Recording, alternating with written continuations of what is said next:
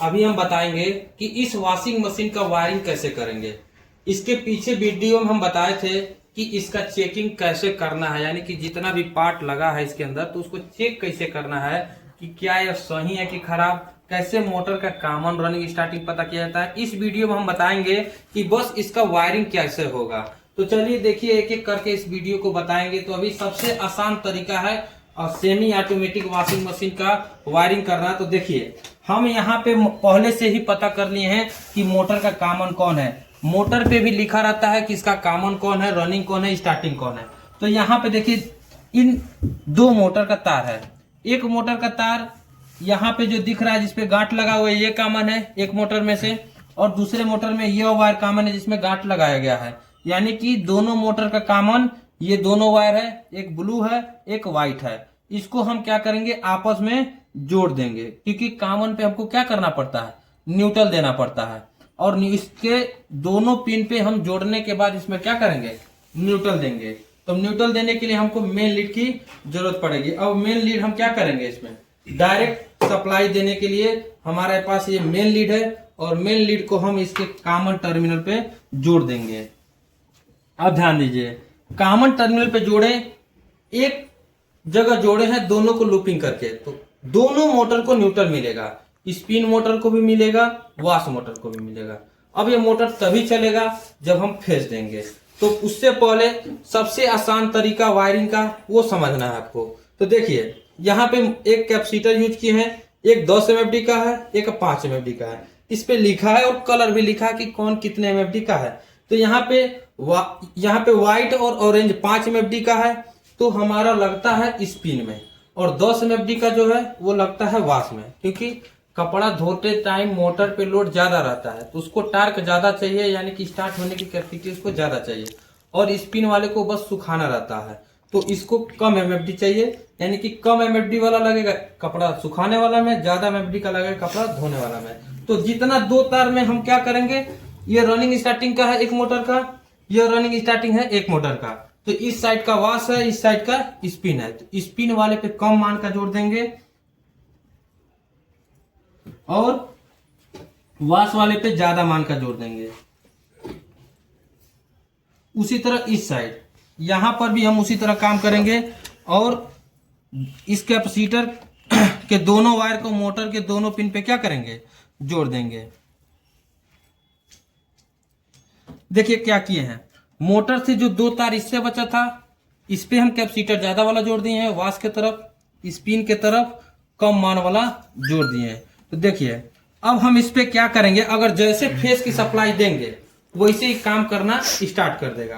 तो हम बस अभी एक मोटर को चलाना बताएंगे स्टेप बाय स्टेप। दोनों मोटर इस वीडियो में बताएंगे, लेकिन पहले बताते हैं कि कैसे चलाना है। देखिए, मोटर को चलाने के लिए कॉमन पे न्यूट्रल और रनिंग पे फेस देना है। इसमें रेड वाला रनिंग है। अगर हम इसको डायरेक्ट सप्लाई दे दें तो मोटर चलने लगेगा, लेकिन कंडीशन क्या है कि इसको हमको कट करना है। कट करने के लिए हमको लगाना पड़ेगा टाइमर।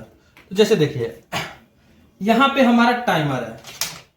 टाइमर में सप्लाई देने से पहले हमारा एक डोर स्विच लगा रहता है, क्योंकि दरवाजा उठाते ही क्या होता है, मोटर काम करना बंद कर देता है। ये स्विच हमारा यहाँ लगा रहेगा।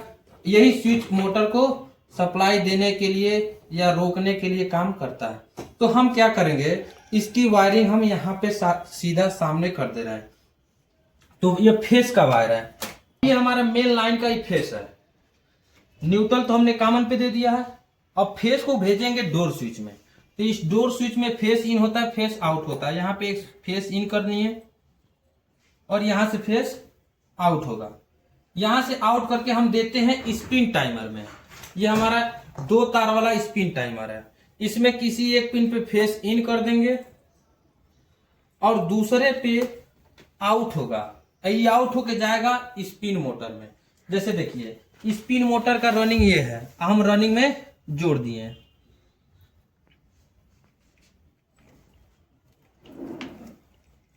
जैसे देखिए, ये हमारा फेस वायर है। फेस वायर डोर स्विच में गया, ये भी सप्लाई को काट सकता है।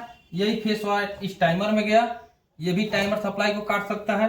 यानी कि ये और ये दोनों कंडीशन ऑन रहेगा तभी हमारा मोटर चलेगा। देखिए यहाँ से न्यूट्रल डायरेक्ट चला गया, फेस इधर से घूम के हमारे रनिंग पे आ रहा है। अगर इसको हम डायरेक्ट सप्लाई दें अब तो बस एक मोटर चलेगा, कौन सा, स्पिन वाला, क्योंकि उस पर फेस और न्यूट्रल दोनों मिल गया। तो बोल दीजिए इसको सप्लाई दिया जाए। तो यहाँ पे हम क्या करेंगे, इसको सप्लाई लगाएंगे और टेपिंग बाद में कर देंगे।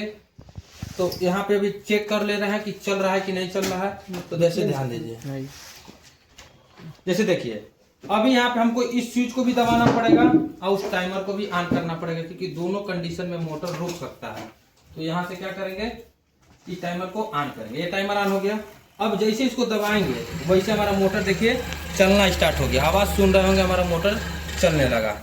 तो इस तरह से हमने बस स्पिन टाइमर का वायरिंग किया। अब वॉच टाइमर का वायरिंग कैसे करना है उस चीज को समझेंगे। वॉच टाइमर में आपका निकला रहता है 3 तार, एक फेस इन का होता है, 2 फेस आउट करता है। अब हमको बस वॉश मोटर पे देखिए कैपेसिटर जोड़ दिए हैं और कॉमन में न्यूट्रल दे दिए हैं। अब इस पे हम फेस देंगे तो चलने लगेगा। तो हम ये इसको फेस देते हैं टाइमर से। टाइमर में जो अकेला तार निकला रहता है एक साइड से वो फेस इन का होता है, और जो 2 एक साइड से निकला रहता है वो हमारा रनिंग स्टार्टिंग पे जाता है। यानी कि ये रेड वायर हमारा क्या होगा, फेस इन का होगा। तो इसको डायरेक्ट फेस देंगे, मतलब मेन लाइन का फेस। मेन लाइन हमारा ये है और यहाँ पे फेस हम इन कर देंगे इसके अंदर।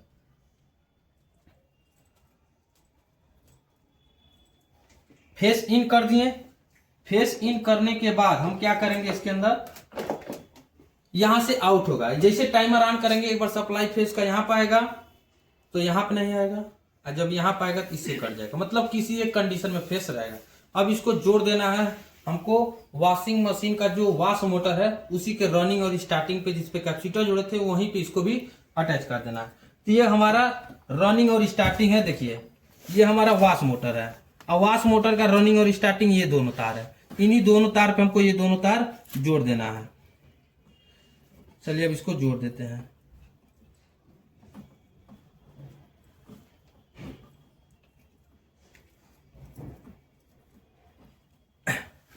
अब हमारा वॉशिंग मशीन का वॉश मोटर भी जोड़ दिए हैं। अब वॉश मोटर को जैसे ही टाइमर ऑन करेंगे वैसे ही क्या होगा, वॉशिंग मशीन का चलने लगेगा।